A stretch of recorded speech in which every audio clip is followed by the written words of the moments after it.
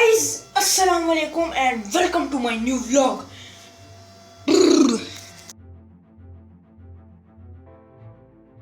मेरा पहला व्लॉग होने वाला है और पता नहीं मैं हाथ इतना क्यों ला रहा हूँ, लेकिन ये मेरा पहला व्लॉग होने रखूंगा।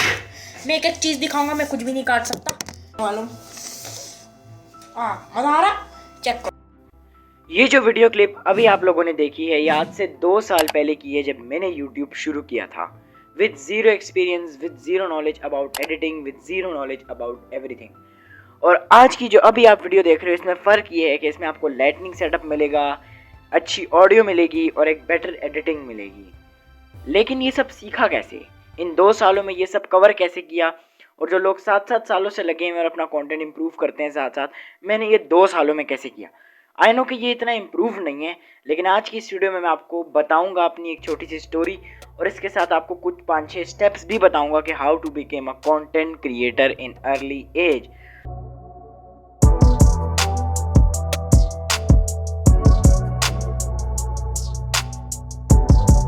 इस वीडियो को 1.5x पे स्विच कर दें for better experience and for earlier understanding.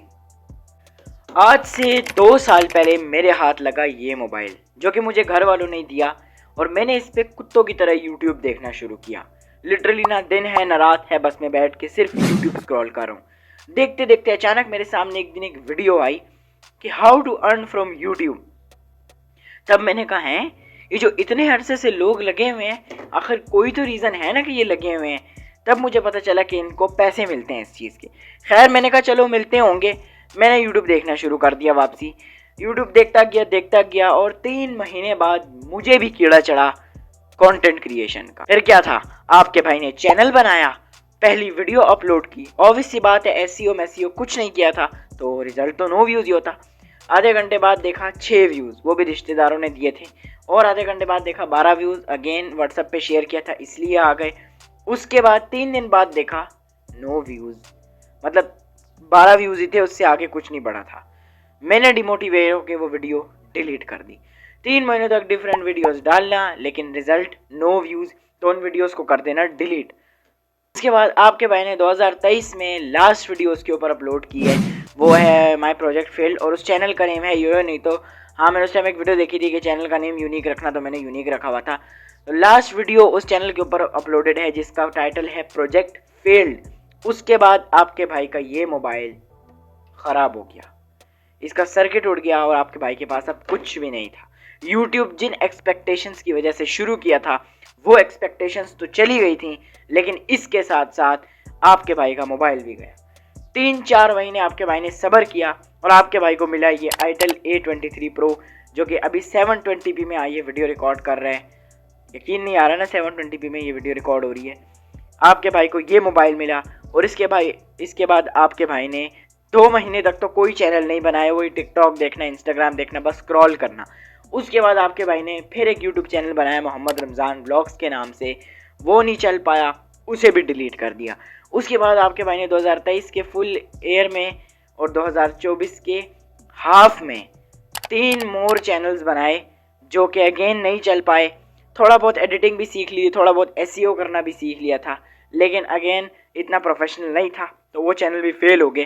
और आपके भाई की सबसे बड़ी जो गलती वो ये थी कि चैनल को बंद कर देना, चैनल पे कंसिस्टेंट ना रहना या चैनल के कंटेंट को इम्प्रूव ना करना, एक ही चैनल को लेके ना चलना, बंद करते रहना।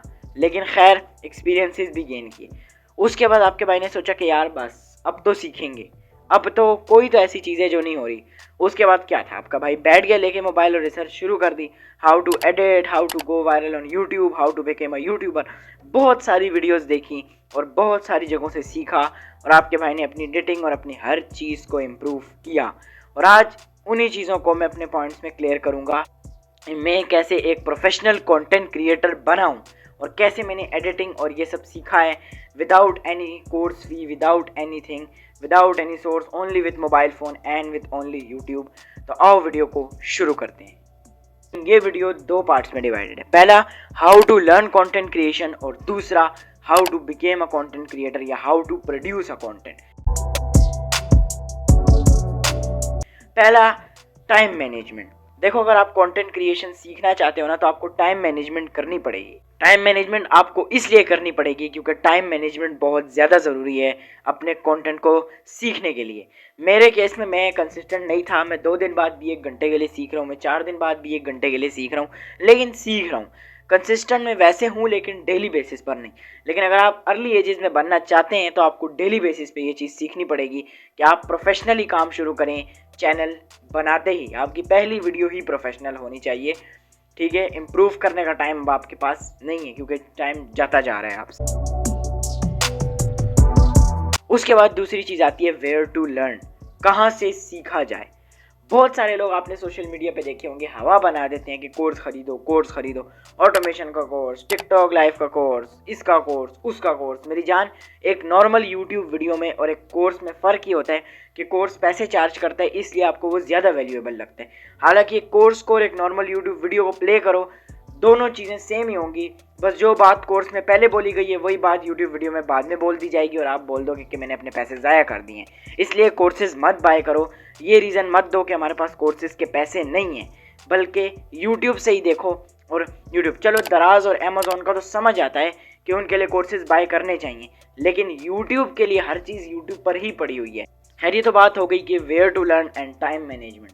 तो टाइम मैनेजमेंट भी आपको क्लियर हो गया और वेयर टू लर्न भी। अब आते हैं how to produce a content, और मैंने क्या एक्सपीरियंस गेन किए और मैंने कैसे अपनी नीश सिलेक्ट की। तो एक कंटेंट प्रोड्यूस करने से सबसे पहला पार्ट होता है नीच या नीश, और मैंने अपनी नीश कैसे सेलेक्ट की वो मैं आपको आगे चल के बताता हूँ। सबसे पहले नीश क्या है? Niche is a work that can you understand and that can you do. Niche एक ऐसा टॉपिक है जो कि आप कर सकते हो, आप उससे रिलेटेड टैलेंटेड हो। बहुत सारे चैनल्स यहीं पर फेल हो जाते हैं कि उनके अंदर टैलेंट किसी और चीज़ का होता है लेकिन वो करते कुछ और हैं। जैसे कि आजकल फैमिली व्लॉगिंग का टैलेंट है।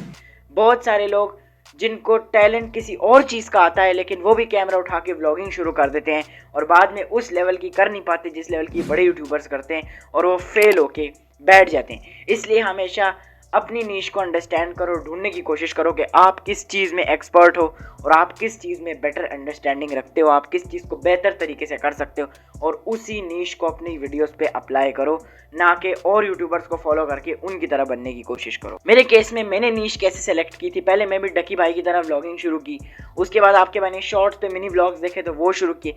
लेकिन फिर मैंने सोचा यार मुझसे ये व्लॉगिंग नहीं होती। अगर मैं घर में व्लॉग शुरू करूँगा तो बाहर जाके मुझ में इतना कॉन्फिडेंस नहीं है कि मैं कैमरा उठा के ऐसे ऐसे करूँ। इसलिए मैंने कहा यार रूम कंटेंट ढूंढते हैं।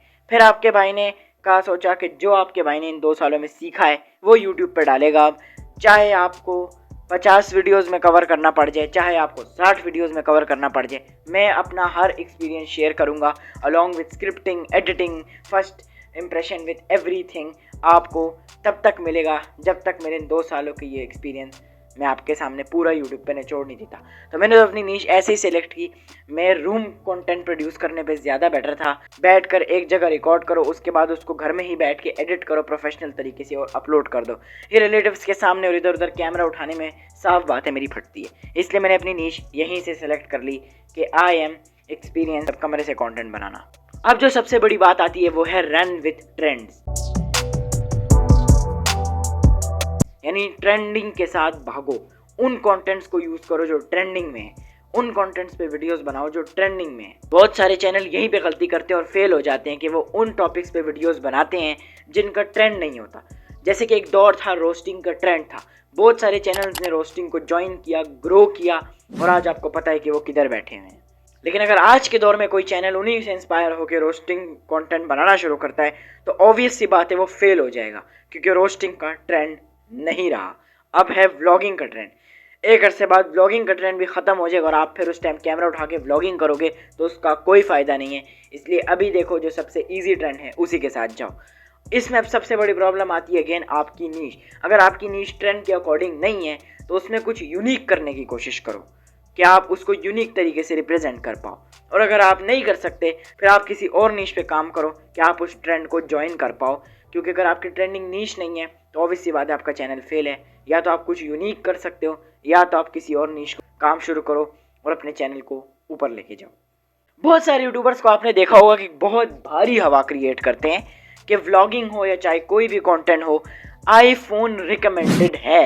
ये हर बंदे ने बोला, और जिसने बोला आपको भी अच्छी तरह पता है कि उसका कोर्स में उसने बोली थी ये बात। अब मेरे नज़रिए में आईफोन इज़ नॉट रिकमेंडेड। अब मैं आपको समझाता हूँ कि why iPhone is not recommended. तो ये है इस वीडियो का तीसरा पार्ट, इक्विपमेंट्स। तो iPhone, why is iPhone is not recommended. अगर आप व्लॉग बनाते हो, बाहर सराउंडिंग में व्लॉग्स बनाते हो, जैसे कि अगर आप दोस्तों के साथ व्लॉग बना रहे हो, तब 720p में रिकॉर्डिंग करना पॉसिबल नहीं है। अगर आप सनलाइट में हो तो अगेन ये बहुत अच्छी रिकॉर्डिंग कर पाएगा, लेकिन अगर आप ज़रा अंधेरे में गए तो आपके कैमरा की फ्लैश लाइट भी फजूल है। इसलिए अगर आप बाहर रिकॉर्डिंग करते हो तो हाँ, आईफोन रिकमेंडेड है। लेकिन अगर आईफोन नहीं तो आप एक ऐसा एंड्रॉयड मोबाइल से रिकॉर्ड करो जो कि 1080p 30 fps में रिकॉर्डिंग करता हो या HD में रिकॉर्डिंग करता हो, ये रिकमेंडेड है। आजकल 1080p 30 fps का मोबाइल 30,000 में आपको आराम से मिल जाएगा। 3 लाख रुपए की खातिर माँ बाप को तंग करने की ज़रूरत नहीं है कि मुझे आईफोन लेके दो, मैंने व्लॉगर बनना है। आप 30,000 के 1080p 30 fps वाले मोबाइल से भी शुरू कर सकते हो, उसकी भी बेटर क्वालिटी है। ज़रूरत नहीं है आईफोन ख़रीदने की, कोई भी नहीं है आईफोन रिकमेंडेड। आप 31,000 का नॉर्मल एंड्रॉयड फ़ोन जो कि 1080p 30 fps में रिकॉर्डिंग करता है, उसमें रिकॉर्डिंग कर सकते हो। कम से कम जब आप किसी ऐसी जगह पे होगे जो डार्क है, तो आपकी कैमरा की फ्लैश लाइट आपके पूरे फेस को के साथ साथ आपकी हर चीज़ कवर करेगी with light and with extra ordinary resolution. हाँ, 1080p 60 fps मिल गया है तो और भी अच्छा है, लेकिन इन्हीं दोनों के दरमियान में आप रिकॉर्डिंग करो। अगर आप व्लॉगिंग करते हो, आईफोन ख़रीदने की कोई ज़रूरत नहीं है। दूसरी चीज़, अगर आप इस तरह रूम एरिया पे बैठ के रिकॉर्ड करते हो मेरी तरह, तो 720p भी काफ़ी है, लेकिन आपको अपनी लाइटनिंग पे फोकस करना पड़ेगा। मेरे सामने जो लाइट, जो मेरे फेस पे लाइट फेंक रही है, 250 रुपीज़ की एक नॉर्मल सी ऑर्डिनरी लाइट है, और पीछे जो बैकग्राउंड पे आपको ब्लू शेड दे रही है वो एक 70 रुपीज़ की बैटरी ऑपरेटेड लाइट है। तो आप खुद सोचो, लाइटिंग पे भी करोड़ों लाखों लगाने की ज़रूरत नहीं है। आप एक ऑर्डिनरी सेटअप भी कर सकते हो लाइटनिंग को लेके, तो आपको अपनी लाइटनिंग पे पैसा लगाने की ज़रूरत है अगर आप रूम कंटेंट प्रोड्यूस करते हो। इसके साथ साथ audio is the 60% of your video. आप ऑडियो पे काम कर सकते हो, लेकिन शुरू में ही 40,000 का माइक ख़रीदने की ज़रूरत नहीं है, क्योंकि अगर आपके रूम में एको का सिस्टम ठीक नहीं होगा, आपके रूम में एको बहुत ज़्यादा होगी, तो 40,000 का माइक भी 200 रुपये वाला माइक बन जाएगा। लेकिन अगर आप एको को थोड़ा कैंसिल करोगे, जैसे माइक्स के अराउंड फोम ज़्यादा कर दोगे, तो आपका 200 वाला माइक 35-36 हज़ार वाला माइक बन जाएगा। मैं इस वक्त 200 वाला हेडफोन यूज़ कर रहा हूँ, लेकिन इसके अराउंड मैंने फोम लगा रखा है जो कि बहुत सारी बैकग्राउंड से आने वाली नॉइज़ कैंसिल करे। अगेन एको तो नहीं कैंसिल कर रहा होगा, लेकिन फिर भी गुजारा कर रहा है। इतना प्रोफेशनल नहीं है, लेकिन it producing an ordinary content for me, इसलिए पैसा लगाने की ज़रूरत नहीं है। प्रोफेशनल यूट्यूबर जो आपको मैनिपुलेट करते हैं कि करोड़ों का सेटअप चाहिए, पीसी चाहिए, एक अच्छा लैपटॉप चाहिए, एक अच्छा कैमरा चाहिए, उनकी भी ओल्डेस्ट वीडियोस में जाकर देखो, उन्होंने भी जुगाड़ से ही शुरू किया था, तभी वो आज इधर बैठे हुए हैं, और उन्होंने भी ये सब चीज़ें यूट्यूब इनकम से ही ख़रीदी हैं। शुरू से माँ बाप को तंग करने की ज़रूरत नहीं है। अगर आप अपनी ऑडियो को इम्प्रूव करना चाहते हो तो रूम में एको कम करने का तरीका ये है कि या तो एक्विस्टिक फोम ख़रीद लो जो कि बहुत ज़्यादा महंगी आती है, या तो आप अपने रूम में गद्दे रख लो जो कि आपकी एको को काफ़ी हद तक ख़त्म कर देंगे। लेकिन अगर गद्दे भी नहीं रख सकते हो, कोशिश करो कि आप जिस सोर्स से अपनी ऑडियो रिकॉर्ड करे हो उसको इर्द गिर्द फोम से कवर कर दो। ये भी काफ़ी हद तक आपकी ऑडियो को बेटर कर देगा। और अपनी ऑडियो को थोड़ा लाउड रखना कि एको आने से पहले ही आपकी ऑडियो माइक में घुस जाए, और ऑडियो और अपनी बोलने के अंदाज को थोड़ा तेज़ रखना। और रूम में एको कम करने का एक और भी तरीका है कि अगर आप नहीं कम कर सकते और आपसे एको बिल्कुल कम हो ही नहीं रही, तो आप ओपन सोर्स में बैठ के रिकॉर्ड करो, जहाँ पे दीवार भी ना हो, कुछ भी ना हो। मतलब आप छत पे बैठ सकते हो और एक ऐसी जगह बैठ सकते हो जहाँ दीवारें बहुत दूर दूर हैं, तो इसलिए साउंड आपका ओपन एयर में चला जाएगा, रिफ्लेक्ट होके कहीं से वापस माइक पे नहीं लगेगा, तो आपकी ऑडियो काफ़ी हद तक इम्प्रूव हो जाएगी और वीडियो एक्सपीरियंस भी बेटर आएगा, क्योंकि सनलाइट पड़ रही होगी तो ज़बरदस्त वीडियो एक्सपीरियंस होगा। इसलिए कोशिश करो, अगर आप नहीं कर सकते तो ओपन सोर्स में रिकॉर्ड करो। Open source is the best thing to record, open source is the best area to record. वहाँ पे रिकॉर्ड करो, क्योंकि आपकी ऑडियो कहीं से रिफ्लेक्ट होके नहीं आएगी, वो सीधा ओपन एयर में चली जाएगी। अब बात करते हैं मेरे favourite topic, recording and editing की। ये वो प्रोसेस है जो मैं अपनी वीडियो प्रोडक्शन में सबसे ज़्यादा एंजॉय करता हूँ, और आपको भी इस चीज़ से बोर नहीं होना। बहुत सारे लोग रिकॉर्डिंग से बोर हो जाते हैं, बहुत सारे लोग एडिटिंग से बोर हो जाते हैं। रिकॉर्डिंग से चलो बोर हो गए तो ठीक भी है, ज़्यादा से ज़्यादा आपकी क्वालिटी ख़राब हो जाएगी, आप बोल सही से नहीं पाओगे। लेकिन अगर एडिटिंग से बोर हो गए तो पूरी वीडियो ही ख़राब कर बैठोगे। इसलिए एडिटिंग को बहुत ज़्यादा इन्जॉय करना है, और ये बात मैं अपने एक्सपीरियंस से बोल रहा हूँ। अब बात करते हैं सबसे पहले रिकॉर्डिंग की। रिकॉर्डिंग के मेनली दो ही रूल्स हैं, long form recording till the videos complete, और रिकॉर्ड स्टॉप। अगर आप रिकॉर्ड तब तक करते रहते हो जब तक आपकी टॉपिक ख़त्म नहीं हो जाता, आपकी वीडियो कंप्लीट नहीं हो जाती, यानी आपका कैमरा नहीं रुका, जब से चल रहा है, तो आपको एडिटिंग में बहुत ज़्यादा मेहनत करनी पड़ेगी, कट्स बहुत लगाने पड़ेंगे। जहाँ पे आप बोले हो, गलत बोले हो, उसको कट करना पड़ेगा। उठ के गए हो, काम से गए हो, आके बैठे हो, उसको एडिट करना पड़ेगा। तो एडिटिंग में बहुत खपने वाली है। लेकिन अगर आप साथ साथ कैमरा बंद कर रहे हो, ऑन कर रहे हो, बंद कर रहे हो, ऑन कर रहे हो, तो आप एडिटिंग में थोड़ा बच जाओगे। तो रिकॉर्डिंग के यही दो रूल्स हैं। और दूसरा, रिकॉर्डिंग को हमेशा बैक कैमरा से करो तो अच्छा एक्सपीरियंस आएगा। फ्रंट कैमरा से कभी रिकॉर्ड मत करना, back camera is the best. आप वहीं से अपनी वीडियो रिकॉर्ड करो। अब आते हैं मेरी फेवरेट चीज़ पे, जिसके ऊपर काफ़ी सारे लोगों ने मुझे कहा कि हमें भी सिखाओ। मतलब ये यूट्यूब इंडस्ट्री में तो किसी ने नहीं कहा, लेकिन रिलेटिव्स ने बोला, बहुत सारे रिलेटिव्स ने अपनी वीडियोस दी कि ये एडिट करो। तो बात करते हैं ज़रा अपने फेवरेट चीज़ एडिटिंग के बारे में। ये मैंने कैसे सीखी, कहाँ से सीखी, कैसे करता हूँ। इसको सीखने में मुझे कोई स्पेसिफिक टाइम नहीं लगा, बस यूं ही करते करते आ गई। कभी एक की वीडियो एडिट की, कभी अपनी वीडियो एडिट की, कभी बैठ के अम्मी की वीडियो एडिट कर दी, अम्मी के स्कूल्स के इवेंट्स की वीडियोस एडिट कर दी, बस आ गई। की framing, everything, each and everything, और कुछ एक्सपीरियंस डिकोडिंग वाईटी की एडिटिंग रिलेटेड प्लेलिस्ट देख के गेन कर लिया, और ये मुझे आ गई वैसे ही। इसके अंदर मैंने कोई इस तरह बैठ के कोर्स करने नहीं गया, किसी फिजिकल जगह पे बैठ के मैंने पीसी के आगे एडिटिंग नहीं सीखी, मोबाइल से ही सीखी और बस सीख ली। अब बात करते हैं कि एडिटिंग की क्या इंपॉर्टेंस है आपकी वीडियो में। देखो, editing is the main part of your video. ये भद्दी वीडियो को भी अच्छा बना देती है, और ये अच्छी वीडियो को भी भद्दा बना देती है। इसलिए आपने सही फंड्स का यूज़ करना है, सही प्लेसेस पे यूज़ करना है, सही अट्रैक्टिव कलर्स का यूज़ करना है, सही layouts, PIPs, overlays, editing effects, elements, cuts, jump cuts और की फ्रेमिंग, ये सब आपने सही जगह पर और सही तरीके से यूज़ किया तो आपकी वीडियो को 4 चांद लगेंगे, और आपकी वीडियो का फ्लो भी बेहतर रहेगा। और अगर आपने यही गलत तरीके से यूज़ किया तो आपकी वीडियो को 4 नहीं, एक चंद भी नहीं लगना फिर थोड़ी वीडियो में। एक और चीज़ भी बोलते हैं कि एडिटिंग के लिए PC चाहिए या लैपटॉप चाहिए, तो इसकी कोई ज़रूरत नहीं है। एडिटिंग के लिए एक मोबाइल चाहिए जो कि अच्छा प्रोसेसर और अच्छी स्टोरेज रखता हो, और आप उस पर भी एडिट कर सकते हो। और InShot ही डेडिकेट, तो आप InShot ही यूज़ करो, जो कि लाइट भी है, ईजी भी है, स्ट्रेट टू द पॉइंट भी है, सिंपल भी है, और आपकी एडिटिंग को भी बहुत प्रोफेशनल तरीके से 4 चांद लगाएगी। एडिटिंग आपकी वीडियो को अट्रैक्टिव तो बनाता है, लेकिन बहुत सारे लोग इसी पॉइंट पे बोर हो जाते हैं, वो नहीं करते। अगर आप इस पॉइंट पे चेक करो कि अगर आप बोर हो रहे हो तो आप एक काम करो कि आप रख दो, बाद में एडिट कर लेना। लेकिन एडिटिंग का एक एक सेकंड और एक एक मिनट अट्रैक्टिव बनाओ। अपनी वीडियो का एक एक सेकंड ऐसा अट्रैक्टिव बनाओ कि वो बहुत ज़्यादा अट्रैक्टिव लगे।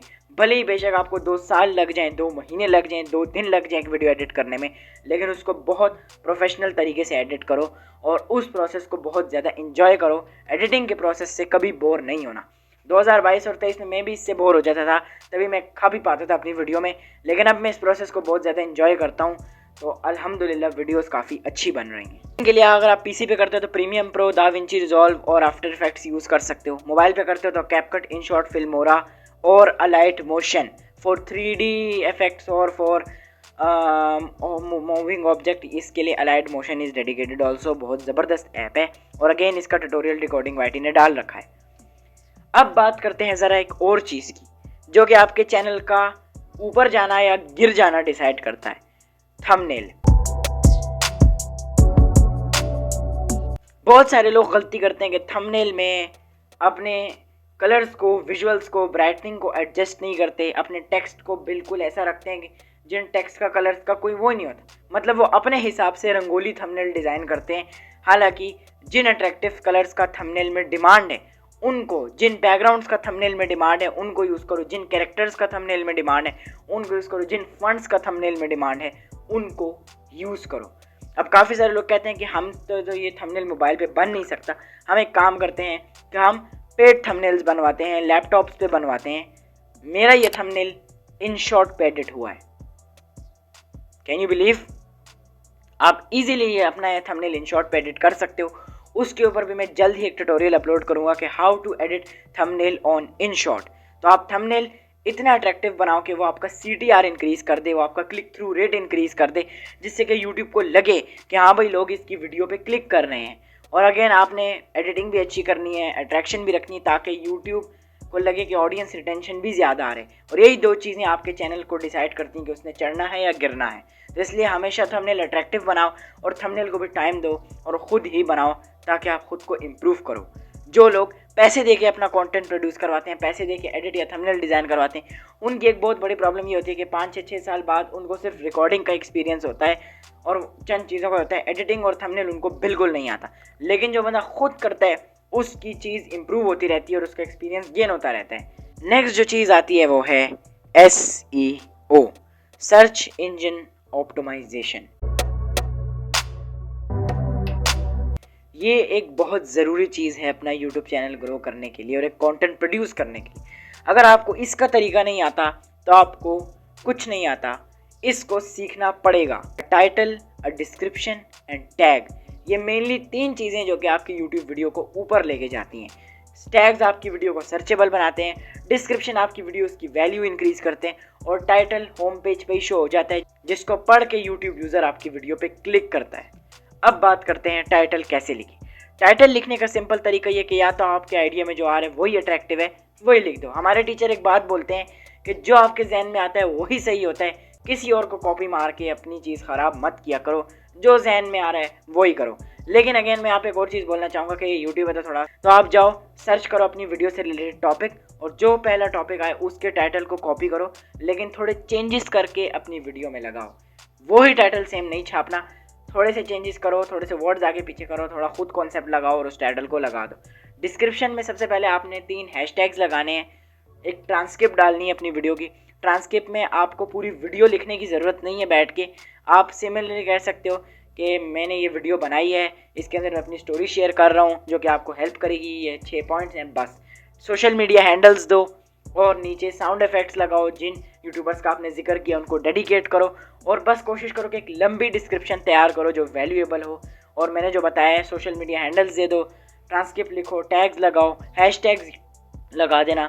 उसके बाद आपने करना ये है कि आपने अपनी डिस्क्रिप्शन में डेडिकेट करना है उन यूट्यूबर्स को जिनका आपने जिक्र किया। जैसे मैंने डिकोडिंग वाइटी का जिक्र किया तो मैं उसको मेंशन करूंगा। इसके साथ आपने किसी को अगर शाउट आउट देना उसका भी एक अलग से बार बनाओ और इन चैनल्स को मैं शाउट आउट दे रहा हूँ जो मेरे रिलेटिव्स के हैं। तो आपने बस कुछ भी करना है लेकिन अपने डिस्क्रिप्शन पे काम करना है और इस चीज़ को लंबा करना है। अब बात करते हैं टैग्स की। मैं 2024 में जब अगस्त में मैंने लास्ट चैनल बनाया था अपने क्यू मोबाइल में, उसके अंदर मैं टैग्स में एक हैक यूज़ करता था और मुझे व्यूज़ भी आते थे। मैं अपने टॉपिक को यूट्यूब पे सर्च करता था और पहली जो 3 वीडियोज़ आती थी जिन पे रिस्पेक्टिवली व्यूज़ होते थे 12 million, 10 million, 5 million, 1 million, 9 lakh, 8 lakh, 2 lakh, 30,000, 40,000, इस तरह मैं उन 3 वीडियोज़ को उठाता था और उनकी डिस्क्रिप्शन में जो पहले 3 टैग्स होते थे उनको कॉपी करता था और ला के अपनी वीडियो के टैग सेक्शन में लगा देता था। ऐसा मैं 3 वीडियोज़ के साथ करता था और 9 टैग्स उठाता था जो कि मैं लाके अपनी टैग्स में लगा देता था। उसके बाद में अपनी मर्ज़ी के टैग्स डालता था, लेकिन वो 9 टैग्स ऑन द टॉप होते थे क्योंकि वो वायरल वीडियोस के टैग्स थे जो कि डिस्क्रिप्शंस में यूज़ हुए थे। उसके बाद में अपनी मर्ज़ी के टैग्स लगाता था और वीडियो को कर देता सेव। उससे व्यूज़ तो आते थे, लेकिन फिर उसके बाद दिसंबर में मैंने एक और वीडियो देखी थी जिसके बाद मुझे मज़ीद थोड़ा टैग्स को इम्प्रूव करने का पता चला। उसके बाद मैं करता ही था। तो अब आपको मैं बताता हूँ कि आपने टैग्स कैसे लगाना है। पहले तो जो मैंने आपको बताया वही करो, लेकिन सबसे पहले अपनी वीडियो का टाइटल टैग करो, उसके बाद अपने चैनल का नेम, फिर अपनी वीडियो का टाइटल और अपने चैनल का नेम अगेन टैग करो, फिर वही 9 टैग्स लगाओ जो कि मैंने बताया कि कैसे लगाने। उसके बाद उसी टॉपिक से रिलेटेड टैग्स छापते जाओ जब तक आपको यूट्यूब नहीं कह देता कि you can not save more changes. बस देखो, रातों रात किसी भी चीज़ में सक्सेस पाना आसान नहीं है, आपको बहुत ज़्यादा टाइम देना पड़ेगा। रातों रात अमीर होना पॉसिबल नहीं है, रातों रात यूट्यूबर बन जाना पॉसिबल नहीं है। लक है तो चल गया, नहीं तो बहुत मेहनत करनी पड़ेगी। आप सक्सेसफुल यूट्यूबर्स के चैनल्स ओपन करके उनकी वीडियोस देखो, 700 प्लस वीडियोस, 800 प्लस वीडियोस, और उनकी ओल्डेस्ट वीडियो देखोगे तो किसी की 12 साल पहले अपलोड हुई है, किसी की 7 ईयर्स पहले अपलोड हुई है। इसका रीज़न यही है कि वो जो यूट्यूबर बने जिनकी वजह से आज आप उनको जानते हो, वो इस 7-8 साल की हार्डवर्क की वजह से बने हैं, इसलिए आपको भी यही हार्डवर्क करना पड़ेगा। इन सब में जो मोस्ट इम्पॉर्टेंट थिंग आती है वो ये है कि ये जो 6 से 5 पॉइंट्स मैंने आपको बताए हैं, इनसे सक्सेसफुल पॉसिबल है और इनको ही फॉलो करके सब लोग सक्सेसफुल बने हैं। लेकिन इन सब में जो बड़ा पॉइंट आता है वो है कंसिस्टेंसी। अगर आप अपने काम को लेकर कंसिस्टेंट नहीं हो, उसको लगातार नहीं कर रहे, हर पॉइंट पे डीमोटिवेट होके आप अपने काम को छोड़ के जा रहे हो, इसका साफ साफ मतलब ये है कि आप ग्रो नहीं कर सकते। आपको अपने काम पे कंसिस्टेंट रहना पड़ेगा, आपको अपने काम को टाइम देना पड़ेगा, आपको अपने काम को लगातार करते रहना पड़ेगा। नो मैटर कितने व्यूज़ आ रहे, नो मैटर कितने सब्सक्राइबर्स करें, लगे रहो, अपनी खुशी के लिए कर रहे हो, लगे रहो, कंसिस्टेंट रहो। हर बंदा जो यूट्यूब पे कंसिस्टेंट रहता है वो ही ग्रो करता है, यही एक बात है बस। ये स्टेप्स मैंने आपको बताए हैं ऑब्वियसली इतने इजी नहीं हैं और इनको फॉलो करना भी इतना इजी नहीं है। आपको बहुत टाइम लग जाना है, महीनों या सालों भी लग सकते हैं। जल्दी करोगे तो कुछ दिनों में भी ख़त्म कर सकते हो। अगर अगेन आप किसी चीज़ पे सही से क्लियर नहीं हुए तो आप उन टॉपिक्स को यूट्यूब पे डीपली सर्च करके अपने कॉन्सेप्ट मज़ीद क्लियर कर सकते हो। और एक और चीज़ जो मैं आपको बताना चाहता हूँ वो ये है कि ये चैनल अब बन चुका है और इसके ऊपर मैं अपने सारे 2 साल के एक्सपीरियंसेस शेयर करूँगा कि मैं कैसे कंटेंट क्रिएटर बना। ये तो अभी की वीडियो है, मैंने कैसे एडिटिंग सीखी जो कि मैंने आपको थोड़ा बहुत बता दी, लेकिन डीपली भी एक्सप्लेन करूँगा। थंबनेल बनाना सिखाऊंगा आपको, हर चीज़ एक्स्ट्रा ऑर्डिनरी तरीके से करना सिखाऊंगा with using ordinary things. Like in short पे कैसा थंबनेल बनेगा कभी किसी ने इमेजिन किया? अगर कुछ लोगों ने बनाया भी तो उन्हें पता है कि कैसा बनता है, लेकिन मैं आपको इन शॉर्ट पे थंबनेल बनाना सिखाऊंगा कि कैसे थंबनेल आप बना सकते हो अलॉन्ग विथ एवरीथिंग। बस आपने करना है कि आपने इस चैनल को सब्सक्राइब कर लेना है और आपको अगर वीडियो पसंद आई हो तो आप इस वीडियो को लाइक कर लें। सब्सक्राइब करके आप हमारी इस सफ़र में हमारे साथ जुड़ जाएँ, जहाँ पे हम आपको चैनल बनाने से पहले ही एक प्रोफेशनल कंटेंट क्रिएटर बना देंगे और आपको हर चीज़ सिखाएंगे। अगर आपको मेरे कुछ अल्फाज सही नहीं लगे, जैसे कि अगर आपको क्लियरली समझ नहीं आए कि मैं क्या बोल रहा हूँ, लाइक आपको लगा होगा कि तो बकवास ही कर रहे हैं, तो आप अगेन उन टॉपिक्स को जाकर डीपली सर्च करो और जाकर देखो। अगर आप यहाँ तक आ चुके हो वीडियो के आखिर तक तो thank you so much for watching. May God bless you, Allah आपको खुश रखे और आप सब्सक्राइब करके इस जर्नी में जुड़ जाओ। और एक आखिर में एक मैसेज में यही देना चाहूँगा कि अपना टाइम मत वेस्ट करो। हम कंटेंट क्रिएशन से रिलेटेड एक चीज़ बोलते हैं कि अच्छा स्क्रिप्ट लिखनी है मैं कल कर लूँगा, अच्छा वीडियो बनानी है मैं कल कर लूँगा, अच्छा एडिट करनी है मैं कल कर लूँगा, और इस तरह अपना टाइम वेस्ट करते रहते हैं। हर चीज़ का अपना एक दौर होता है। जिस तरह आज ऑनलाइन बिजनेस और यूट्यूब इंडस्ट्री का दौर है, तो ये दौर भी एक वक्त में माइनॉरिटी ऑफ द चांसेस हैं कि नहीं रहेगा। इसलिए अभी इससे फ़ायदा उठाओ। इज्जत, फेम, पैसा, हर चीज़ इसके अंदर बह रही है। इसमें एक्सपीरियंस्ड हो जाओ और इसी में काम शुरू करो। YouTube is your on platform. Channel भी आपका अपना है, कोई पैसा नहीं लगता, जुगाड़ लगते हैं। बनाओ, शुरू करो और इम्प्रूव होते जाओ। Thank you so much for watching. Like and subscribe. मिलते हैं जल्दी किसी नेक्स्ट वीडियो में। तब तक के लिए अपना ख्याल रखना। अल्लाह हाफिज़, टेक केयर, बाय बाय।